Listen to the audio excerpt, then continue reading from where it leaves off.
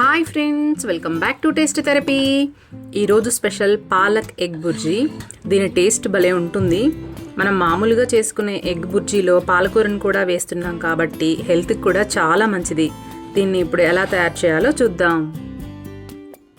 ముందుగా ఒక కడాయి పెట్టుకుని 1/2 కప్పు ఆయిల్ వేసుకోవాలి. ఆయిల్ కొద్దిగా వేడయ్యాక ఒక ఆనియన్ని ఇలా సన్నగా కట్ చేసి వేసుకోవాలి.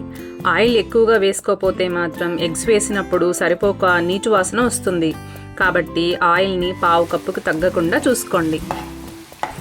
ఉల్లిపాయల్ని పచ్చివాసన పోయే వరకు వేపుకోండి. మరీ ఎర్రగా వేపుకోవాల్సిన అవసరం లేదు. ఇవి కొద్దిగా మెత్తబడ్డాక కొంచెం కరివేపాకును కూడా వేసుకోవాలి.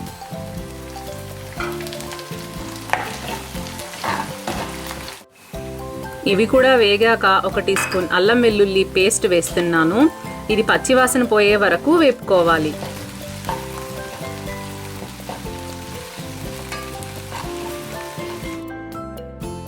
తరువాత 1/2 టీ స్పూన్ పసుపు, 1 టీ స్పూన్ కారం, కొద్దిగా ఉప్పు వేసి బాగా కలిపేసుకోండి. పాలకూరలో ఉప్పు చాలా తక్కువగా పడుతుంది కాబట్టి చూసి వేసుకోండి.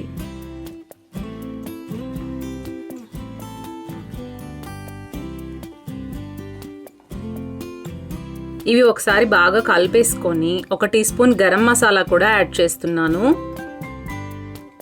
ముందుగానే వాష్ చేసి కట్ చేసి పెట్టుకున్న 2 కట్టల పాలకూరను కూడా వేసేసి 2 నిమిషాల పాటు ఫ్రై చేసుకోవాలి. పాలకూర ఈ మసాలాల్లో బాగా ఫ్రై అయ్యి ఆయిల్ కొంచెం పైకి తేలుతూ ఉంటుంది. అప్పుడు 3 ఎగ్స్ని తీసుకొని ఇలా పగలకొట్టి వేసుకుంటున్నాను. కోడిగుడ్లు వేసేసాక మూత పెట్టి 1 నిమిషం పాటు ఉడకనిద్దాం.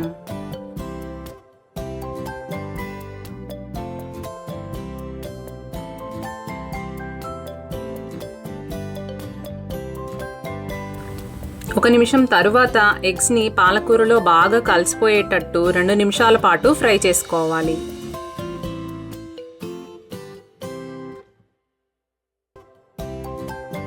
చూడండి, ఎగ్ పాలక్ బుర్జీ రెడీ అయిపోయింది.